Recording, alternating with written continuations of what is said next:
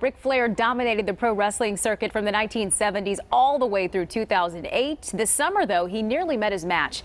Flair found himself in a coma back in August. He survived the ordeal and spoke recently with our Gant. Ron. It was so fascinating to sit down and talk to the nature boy Ric Flair. You know, life in the fast lane caught up to Ric Flair. Now he has a new perspective on life and advice for the younger generation.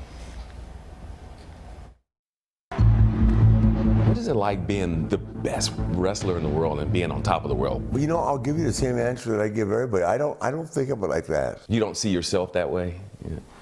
Oh, I do, but I don't think about it. Does that make sense? Flair is proud of his success and the town where much of it took place. But I was in Atlanta in the heydays, man, the 70s and 80s.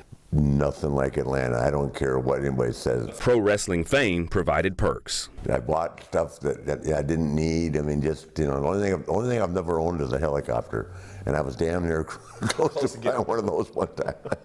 And pitfalls. The reason no one could convince me I had a problem is I never drank alone. Flair lived a life of both until August. My kidneys had shut down. I had respiratory heart failure. Now the man who was on top of the world is happy to be settling down to earth. Yeah, I just like being a regular guy, and you know, like I tell people, I can walk into a bar and make friends with anybody. Like for kids out there that want to wrestle or that look up to you, what's your message to those people? The college education is everything, because wrestling is not always going to work, right? You know, I always say it's equally as important to be street smart. Flair insists on a strong work ethic. Back then, you had to work to get paid. If you're on the marquee, you don't show up, you're dead. You know, I wrestled a couple times with 104 fever. That's the thing about me. If I was out to 5 a.m., I never missed a workout. Happy with success and survival, Flair will give credit where it's due and has gained some perspective on himself. My problem was everything I said on TV, I was living it. I said to Dr. Ellis, they were transporting me out of the hospital. I said, thank God I'm out of here. He said, don't ever say that again. This is where we saved you. And I mean, he made a good point. Yeah, it's a good point. Before the health scare this summer, the most devastating thing in Flair's life was the death of his son, Reed, in 2013.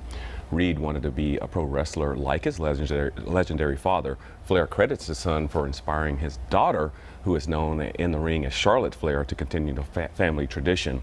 Even his fiancee, Wendy Barlow, who you saw in that piece there, is a pro wrestler in her own right. So Elise, just a fascinating guy to sit down and talk to. And when you're around him, you can feel that he's larger than life. Yeah. Still, after all that he went through, the coma and all that stuff, he still has that presence that that just gives off confidence. So to be a pro wrestler, you have to have that. Oh, he had that in abundance. Yeah, Still yes, has he did, and I'm sure he's going to rebound, you know, quickly and recover from all this coming out of that coma. So I'm going to give him a big woo, Ric Flair.